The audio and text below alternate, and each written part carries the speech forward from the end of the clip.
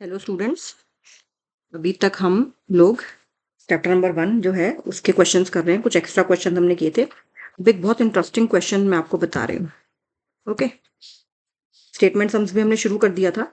वो भी आप लोगों ने पिछली वीडियो में हमने कुछ स्टेटमेंट सम्स भी किए थे। उसी की कंटिन्यूटी में एक स्टेटमेंट सम और बहुत इंटरेस्टिंग सा देखते हैं।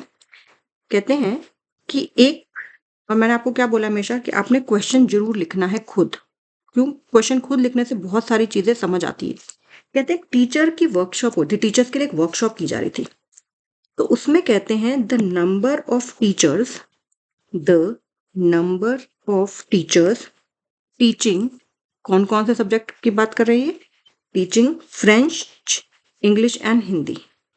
French, English and Hindi are, कितनी कितनी है? 48, 80 एंड 144 रिस्पेक्टिवली। यानी कि फ्रेंच की कितनी हो गई? 48, इंग्लिश की हो गई 80 एंड हिंदी की हो गई कितनी? 144। फाइंड द, ये क्वेश्चन मैं जानबूझ के आपको करा रही हूँ ताकि आपको पता चले कि मिनिमम और जो मैक्सिमम में आप लोग कंफ्यूजन कर देते हैं उसके लिए। Find the minimum number of rooms, minimum number of rooms, find the minimum number of rooms required if in each room, if in each room the same number of teachers, the same number of teachers are seated and all of them are of the same subject, and all of them are of the same subject. अब बच्चे यहाँ पे word देखेंगे क्या? Minimum. यहाँ word देखेंगे ना, minimum number of, यहाँ पे एलसीएम निकालना शुरू कर देंगे। ठीक है, आपको याद क्या रखना है? देखो, हाईएस्ट कॉमन फैक्टर जो है, आपको मैंने चीज एक बताई थी कि जो हाईएस्ट कॉमन फैक्टर आएगा वो जितने भी नंबरों का निकालना है, वो सबसे छोटा नंबर होगा या उससे भी छोटा नंबर होगा। यानी कि इसका एचसीएफ या तो इक्वल टू या लेस देन ही 48 आएगा। और एलसीएम जो है हमेशा ग्रेटर देन या इक्वल टू सबसे बड़ा नंबर आएगा। तो एलसीएम आप कैसे निकालोगे? मतलब 144 कमरे थोड़ी दे दोगे आप टीचर्स के लिए। उन्होंने क्या बोला है? उन्होंने बोला है कि बताओ कितने कम से कम हमें ऐसे रूम्स चाहिए अगर हम हर एक रूम में इक्वल नंबर ऑफ टीचर बिठाए। मान लो कि ये उन्होंने, जस्ट एक एग्जांपल दे रही हूँ, यानी कि इस रूम में भी 10 बैठे, इस रूम में भी 10 बैठे, इस रूम में भी, इस तरह से वो कह रहे हैं कि हर एक रूम में इक्वल उतने ही टीचर्स बैठे हो, सेम नंबर ऑफ टीचर्स हो, और हर एक रूम में जो टीचर्स हैं वो उसी सब्जेक्ट के भी हो, उसी सब्जेक्ट के। मान लो अगर इस रूम में हिंदी के तो सारे हिंदी के 10 के 10 हो, इस रूम में फ्रेंच पढ़ाने वाले हैं तो सारे के सारे 10 के 10 फ्रेंच वाले हो, इस रूम में इंग्लिश के तो सारे के सारे 10 जो है वो इंग्लिश पढ़ाने वाले हो। इस तरह से वो कह रहे हैं। तो यहाँ पे एलसीएम नहीं निकलेगा क्योंकि मिनिमम नंबर ऑफ रूम्स पूछा है। तो ये चीज मैं आप लोगों को बताना चाहती हूँ कि आप देखो, एलसीएम हमेशा ग्रेटर देन इक्वल टू 144 आएगा। 144 तो मैं कम से कम बोल रही हूँ, उससे ज्यादा ही आएगा। तो हम इतने से टीचर्स के लिए इतने रूल्स थोड़ी दे देंगे। तो ऑब्वियसली यहाँ पे क्या निकलेगा? यहाँ पे, और उन्होंने सबसे इंपॉर्टेंट बात क्या कहा है कि होल्ड कर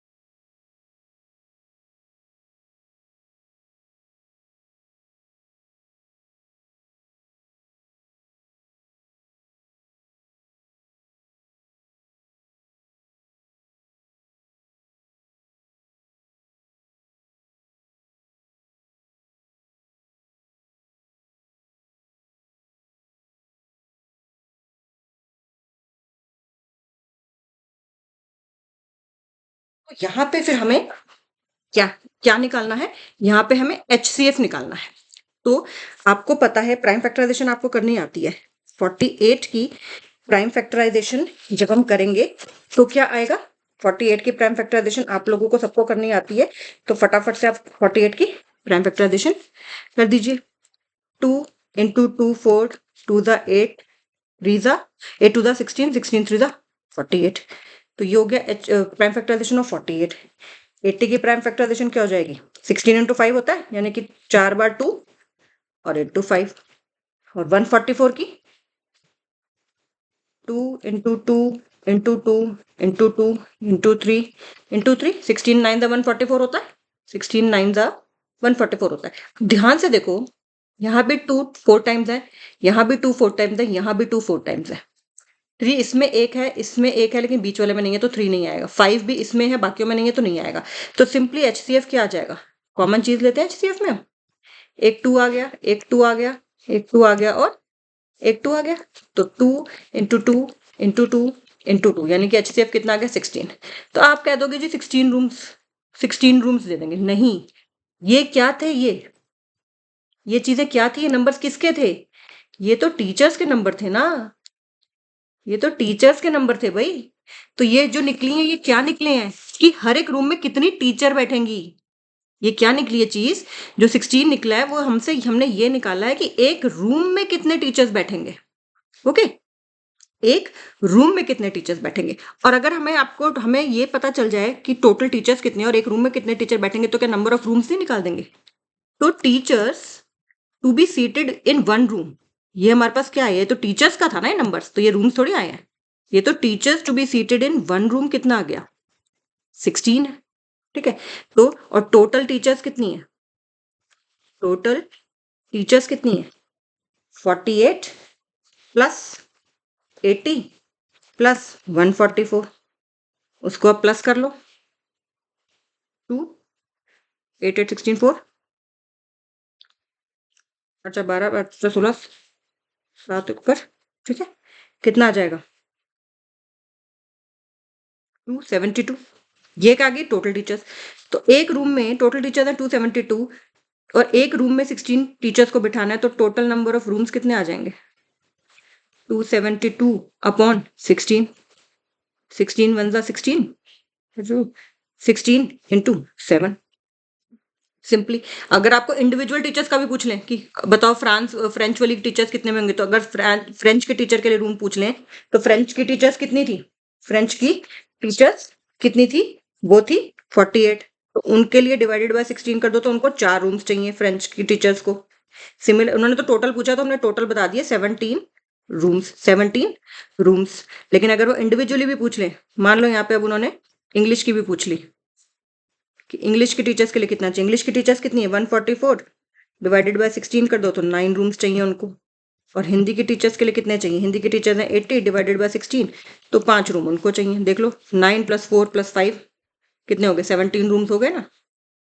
तो वो जो पहले हमने इस क्वेश्चन में क्या किया, पहले हमने इस क्वेश्चन में HCF निकाला ताकि हमें ये पता चल जाए कि एक रूम में कितने टीचर्स को बिठाना है, एक रूम में कितने टीचर्स को बिठाना है। बहुत इंपॉर्टेंट क्वेश्चन है, पहले हमने HCF निकाला ताकि हमें ये पता चल जाए कि एक रूम में कितने टीचर्स को बिठाना है। फिर टोटल नंबर ऑफ रूम्स के लिए तो बहुत ईजी है ना, अगर ये पता चल जाए कि टोटल टीचर्स कितने और टोटल एक रूम में कितने टीचर को बताना है, तो टोटल रूम के लिए क्या मुश्किल थी, टोटल टीचर्स को डिवाइड कर दिया, जो टीचर नंबर ऑफ टीचर्स जिनको वन रूम में बिठाना है।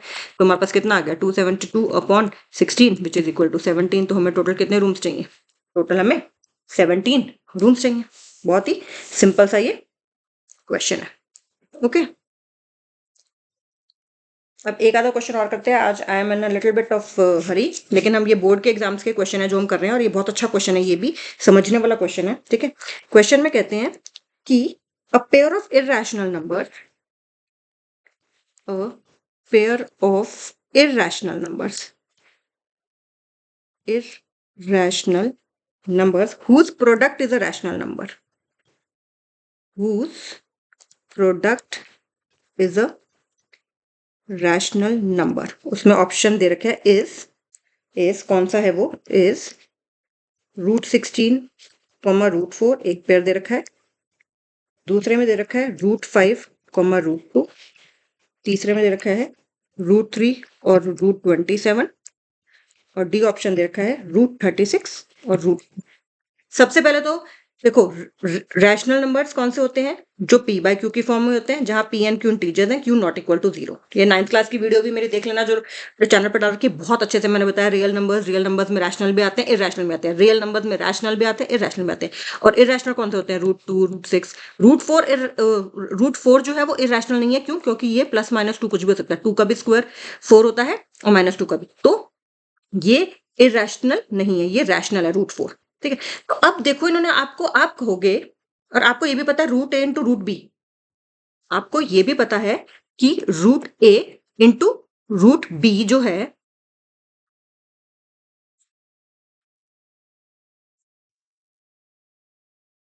√a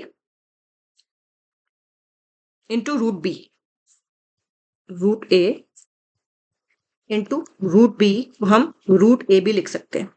तो अब आप कहोगे √16 इंटू √4, ये तो √64 हो गया, तो ये तो 8 का होता है, इस पर तो यही आंसर होगा। बट क्वेश्चन में उन्होंने बहुत स्मार्टली, देखो इसी तरह से आप इसको करोगे तो √10 आएगा, इसको करोगे तो √81 आएगा, इसको करोगे तो √72 आएगा। लेकिन उन्होंने क्वेश्चन में हमसे, ध्यान से देखो, उन्होंने क्वेश्चन में हमसे पूछा है a pair of irrational numbers. वो यही तो आपसे चेक करना चाह रहे हैं, a pair of irrational number जिनका प्रोडक्ट रैशनल आए।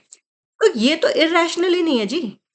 √16 तो 4 होता है, √4 तो 2 होता है, √16 तो 4 होता है और √4 तो 2 होता है। तो ये तो रैशनल हो गए, तो नंबर्स ही इटसेल्फ रैशनल हो गए, तो ये पेयर तो आ ही नहीं सकता।